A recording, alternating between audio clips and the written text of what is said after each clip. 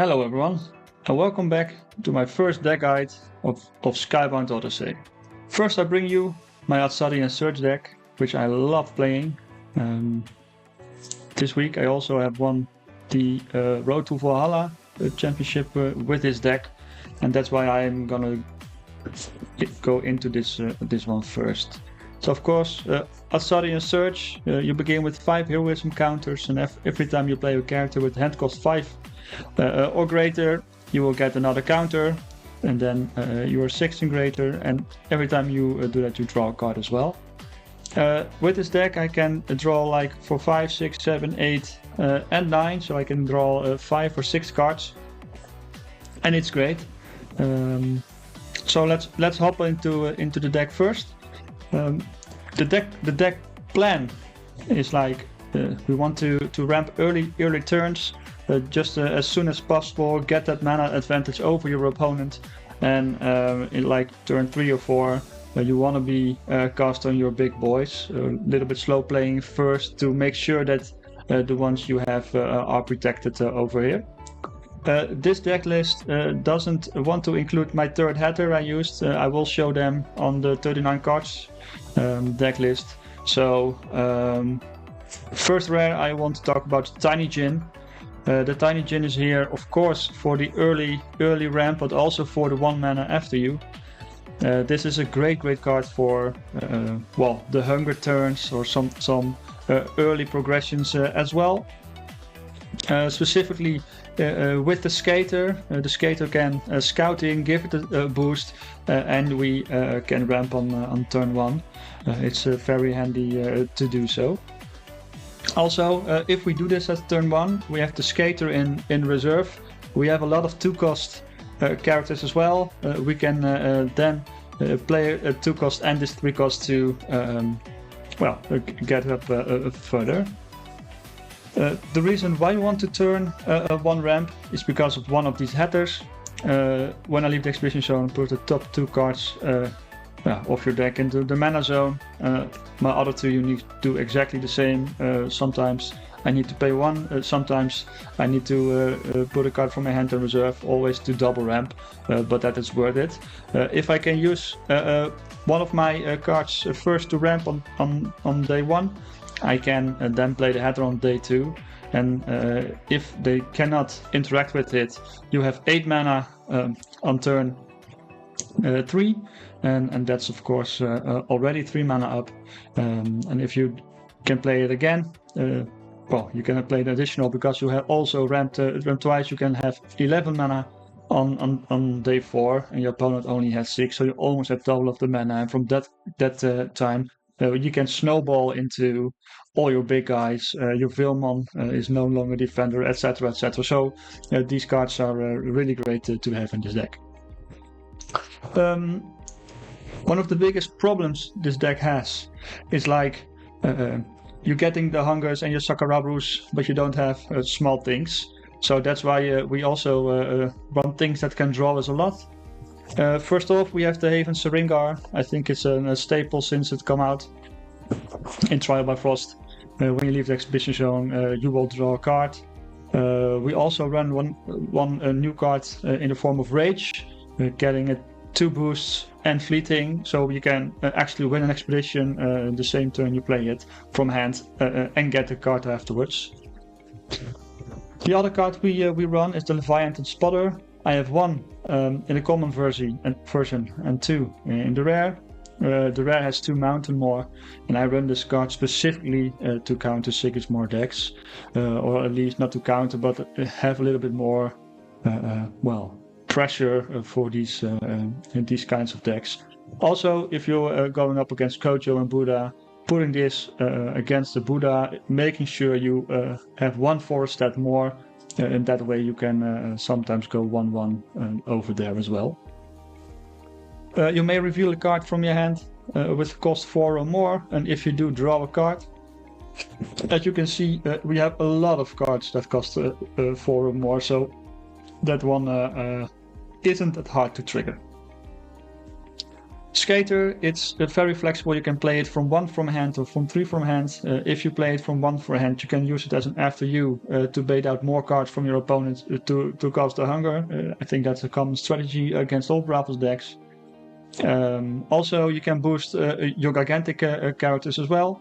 Yeah, so we have the hunger can be gigantic, Albera can be gigantic, Vilmon can be gigantic, and also with the Eat Me energy bars, you can give anything gigantic. So putting a boost over there is always very, very good. The Mighty Djinn, it's just here. If I can't ramp on turn 1, I need to ramp at turn 2. Mighty Djinn is just an extra card that makes sure that we can do that. I don't run the rare because I always put this card straight from the expedition zone into my mana zone. So I don't think I have cast this card twice. Vilmon, unless you have 8 or more mana orbs, it's just a defender.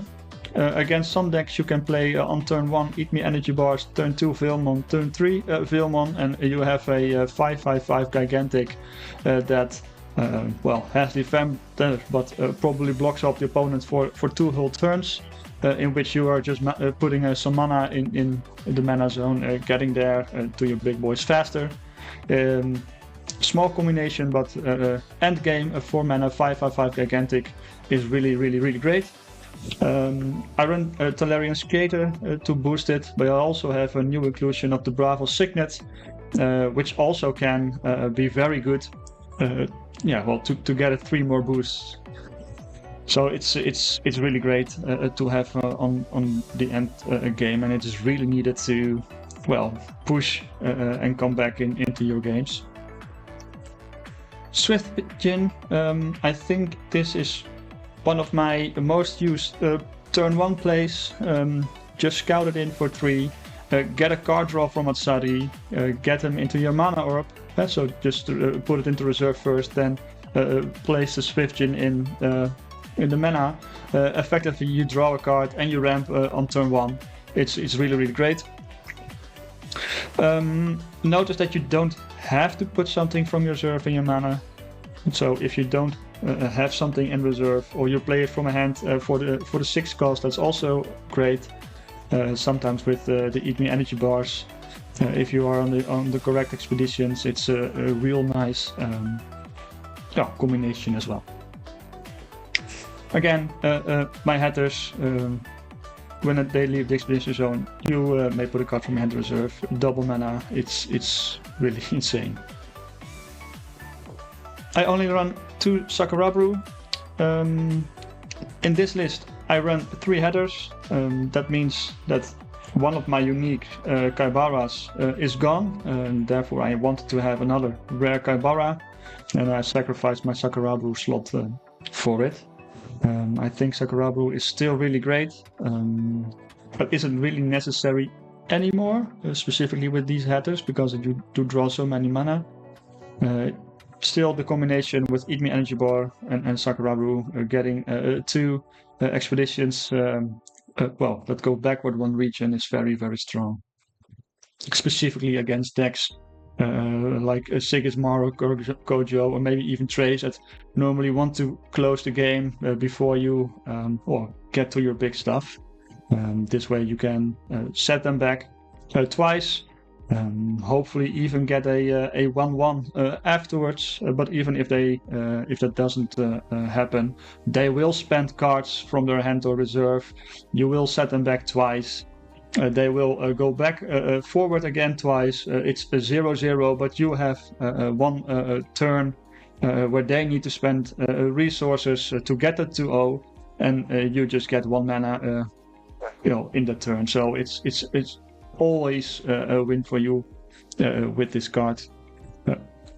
Also, playing it as a 7 cost without the energy bars can be very strong, but normally I always try to look if I can combo it.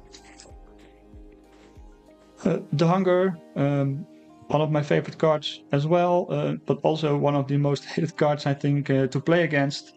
You discard all other cards in play and in reserve, so you clean the field, and every card that joins the discard pile, the hunger will get 1 boost.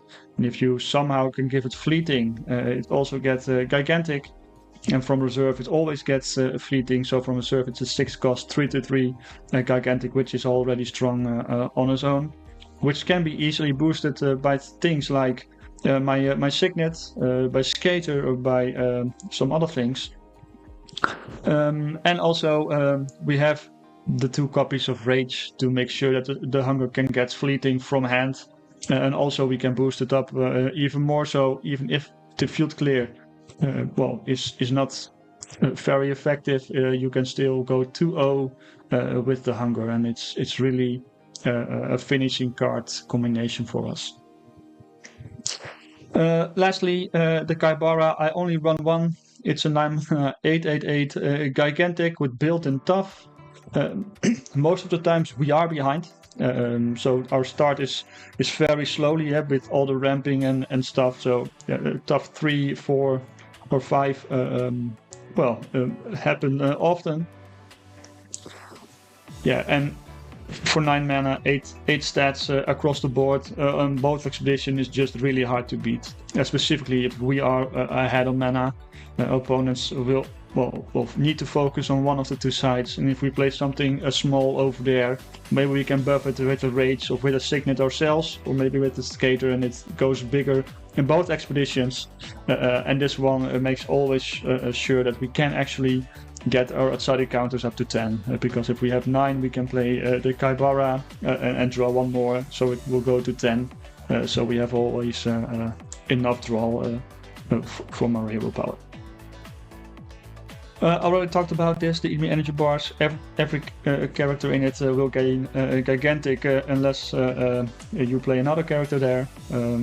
Note that Eat Me Energy bars is really weak with Veilmon and Kaibara, but other than that, this card is really great. Sometimes opponents try to sleep things often and early in the game. Like this Hatter, if you play an Eat Me Energy bars next to it, it certainly goes to both expeditions with really high stats. Same goes for the Swift Djinn. Play this Swift Djinn, it also has big stats. Sometimes I even play this with Mighty Djinn just to get the blockers in. I will go to the Signet. This is one of my latest additions to the deck.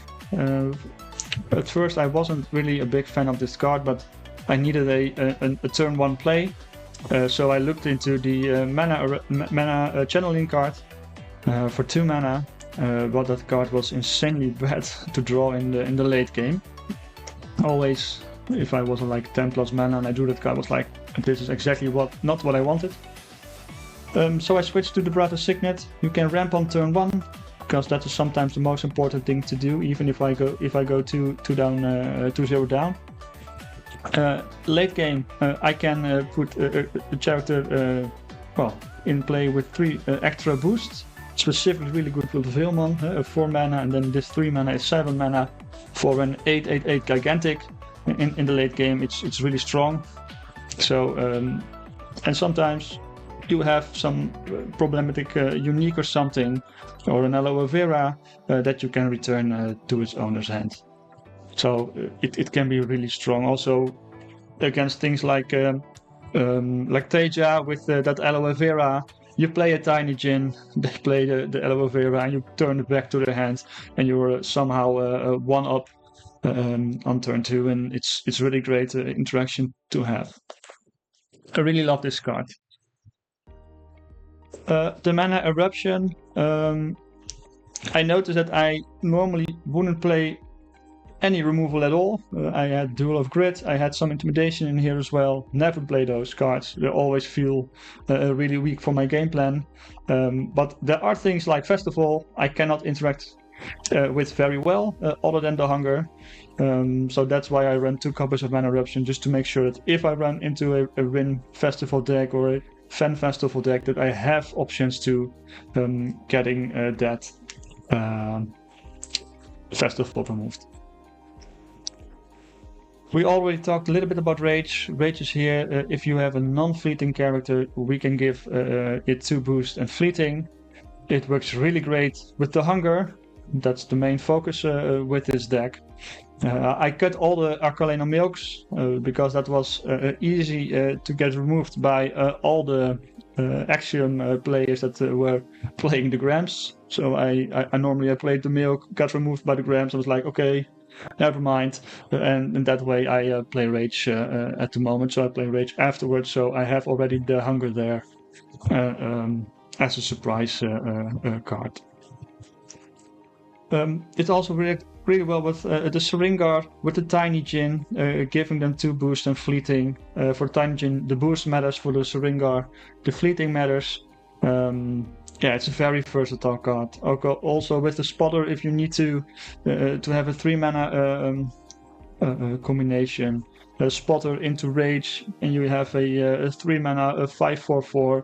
It's really strong to getting those early opponents' aggressions, a little bit of a counter to those plays. And the last card is the Corius Intervention. You target always yourself, and every character with hand cost 3 or more that you control has staff 5. This card is very handy because it's a 1 mana cost after you. You will protect all your gigantic things, and that your opponent plays another card, and that way they have less mana to play to get your things removed. And if they have the mana, they still need to pay 5 more. So things like your Veilmons, your Hungers, and your Kaibaras, it's really strong to make sure that you can actually get those 2/0 pushes in, specifically against things like Twinkle Twinkle and Sandmans and stuff. Because this deck is really great, but it isn't really weak. But it is really weak against decks that can make you sleep. So that is a really weakness of the deck. So Core Intervention is really needed to battle the Sigismars, the defense, and stuff. I will quickly go over my 3 headers. So this one is, I believe, the one that is not showing. I can have a 5/5 that puts me a card from hand reserve, and if I do, I put it 2 cards in my deck. So that is it for my Atsadi and Search deck. I think this deck is really strong in the current meta. I used to play it with different uniques, and I also had good matchup as well. One of the toughest things are like, all heroes that can sleep your big guys. So Sigismar is really hard to beat because they're really fast, and now with the Ascent, it's really hard to get up to them. And of course the Fen and Navenkas with the Twinkle Twinkle, it's really hard. Muna can be hard with the Beauty Sleep, just like Izmir, but those are, less of a problematic card to fight against, because they have 1 mana and then 3 mana, and the 3 mana will probably never be used a second time in your expedition. So specifically the Twinkle Twinkle card is really hard to beat, and the Sandman. So I want to take you with my first game in the Valhalla tournament. This is my deck list of the deck guide. Let's hop on to the first turn. So in my opening hand, I get a lot of big characters like 2 times the Hunger, the Tiny Djinn, the Skater, and the Syringar, and of course the Hatter. I know the Hungers are way too slow here that's why I will both remove them to my mana, and then I need a third card. I need a Hatter, so I'm thinking about I can do Tiny Djinn, Skater, but then I probably make sure that I will lose the early games, or I can just play Tiny Djinn, Syringar, because my Hatter is 6, can play it next day anyway, and with Tiny Djinn, Syringar both in the reserve for next day, I also have a really good turn 1 and turn 2. So I chose both Hungers and the Skater to the reserve, and I start off with the Syringar in the Companion Expedition. My opponent answers with a messenger ascending it, and I will go for the tiny gin over there to hopefully score a 1-1 somehow. Well, we end up giving my opponent a 2-1, so he gets a lead, which is always really expected against a Sigismar player, and I think I never expect to get 1-1 in the first turn. So then again, we draw another hunger. We don't need that, so we remove that one directly into the mana, and we see our opponent playing the messenger again directly ascending the expedition, getting that extra boost in the crier, and we play the tiny gin to get at least a expedition as well. We also play the Syringar to draw a card. It wasn't really needed to get us to block the opponent or to win ourselves, but the extra card is really nice. So we both out of mana, we pass, and our opponent goes 2-1 again. So we're now 2-0 down. We draw a card, the tiny gin goes into mana, and we finally get the Hatter activated for now. Over here I get the Mighty Gin, the energy bars, and the Signet we just discarded to the mana.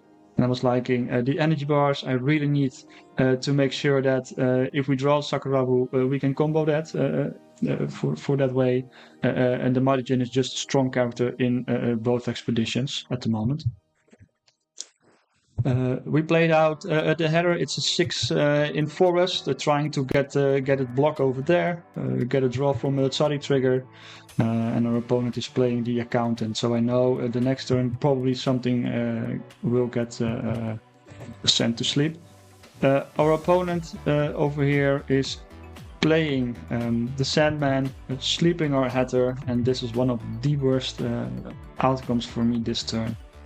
Because the Hatter will only give the 2 orbs when it leaves the expedition, and as long as it stays, it's we don't get the benefit. The accountant over here will get the boost to make sure that they can sleep the Sandman, the Hatter again. So they discard us our card twice. So it's really rough for us here. So opponent goes 2-1, 2-1, 2-0. They're next to each other, and with these cards, it doesn't look really good for us as well. I'm thinking here we need to keep the energy bars so I can Sakurabu maybe in the next turn, because we will go to 7 this turn, and if they don't answer our Hatter, we go to 10, and then we have a double moving backwards, but that means we need to win this round with a 2-0, so I cannot discard that. I will put away the Mighty Gin, because for 4 mana we get a 4-4-0, or for 4 mana we get a 5-5-5 with Velman, so I just thinking I can use a Courage Intervention. We can use the Velman and the Spotter to block both sides. But just let us see what our opponent is doing over here. In this case, and I'm trying to figure out what they will do, because I know that they will probably sleep my Sandman, my Hatter, I mean. I'm puzzling if I do the intervention first, then I can play a Spotter and Velman on some kind of sides, but I'm also like, if they play then the accountant on the hero expedition and sleep the Hatter, I will lose both sides, so that is not something I can do.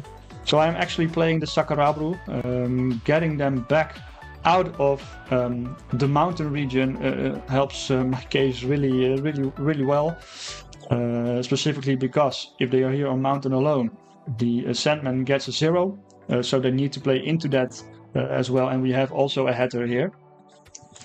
So I do that. We have 10 forest, and I'm very confident that we do not lose this turn. I do not see them getting over a 4/4/4 on the forest side over here. With 1 mana left, they probably can only play a rare frog to go over us, but they don't have that. At the moment, our hatter is still asleep. We don't have any benefit from it other than the card draw. And here we move the spotter back to the hand, and I'm like, okay, I can play a Velmon and a Signet or something and an intervention. But because they are still stuck on forest on the companion expedition, and they already have 6 over there, I expect them to play the hero expedition this day. I will start off with the Chorus Intervention because I really need that mana into my mana orbs, and they only have 3 cards. And I'm thinking to myself, with 7 mana in their pool, they probably get a 7/7/7 or 8/8/8 on the hero expedition. And I know a Vilman plus a Signet is already 8/8/8, so I'll match them probably over there. So just play the intervention to see what they're doing. I will play my Vilman out. They are getting the expedition ascended, and I'm also thinking to myself, they have 3 mana. I have 3 mana left. If I put the Signet, it's an 8/8/8. That's still really hard to beat for them, I guess, other than the frog. I use the Signet. I give 3 boosts to my Vilmon, and they try to get it away with the lines of withdrawal, but because of our Kari's intervention, we have tough 5, and they can't target anything on our side, and they just discard it. So it's a little bit of a misplay of my opponent over here. Well, finally we go 2-0 ourselves and get the double mana in. I'm really looking forward to get it in because, well, the more mana we have, the more we can play, and the more we can play, my Vilmons also get the gigantic status and stuff. And I hope we can, well, end it next turn for ourselves with 2-0. It means we have 6 cards in reserve, so we are spending a lot of cards, just to the discard, but I don't think that is really hard. So I keep Chorus Intervention to make sure that they cannot remove anything from us over here. I draw the Sakurabu as well, so I have the Energy Bar Sakurabu combination as well, just looking for what is my opponent going to do. Still put Spotter back into the mana because I want to start with intervention anyway, also with the Sakurabu and the Energy Bar combination. They just start from reserve with an attorney. We play the intervention to see. I know with the 2 Vilmons we also have a lot of stats, and for me it's now like, do I play the 2 Vilmons and get a 10/10/10 on both sides and probably well, at least win the companion side, but would it be enough to get the hero expedition as well? We have top 5, so I'm not really worried about a Sandman and another Alliance withdrawal or something. So I'm really confident that they cannot remove anything. Based on the mana left, I'm thinking, well, they can get maybe 3-4 stats in, so 10/10/10 should be enough, and I'll go for the double Vilmon play over here, winning this well, hopeless looking matchup this round. So yeah, we get a 2-0 victory against the Sigismar. So even without the Sakurabu Energy Bar combination, this this match is still really strong for us, I think. But the Sigismar is hard to beat. We were a little bit lucky that we could stall them long enough. They were lucky enough they could stall our header long enough, because otherwise we could have entered to our end state very quickly. So I think this is one of a good example how you could play Atsadi into Sigismar. So thank you for watching this deck guide. I really enjoyed playing Atsadi for the last couple of months, and certainly in set 4 he is looking really strong, also specifically with my uniques, of course. I want to thank the Exalts members for borrowing me those beautiful headers. Let me know in the comments which deck or hero you like the most, so I can look into that the next time. I am the Bravos Header. Thank you for watching, and if you like these videos, please like and subscribe. I will see you soon.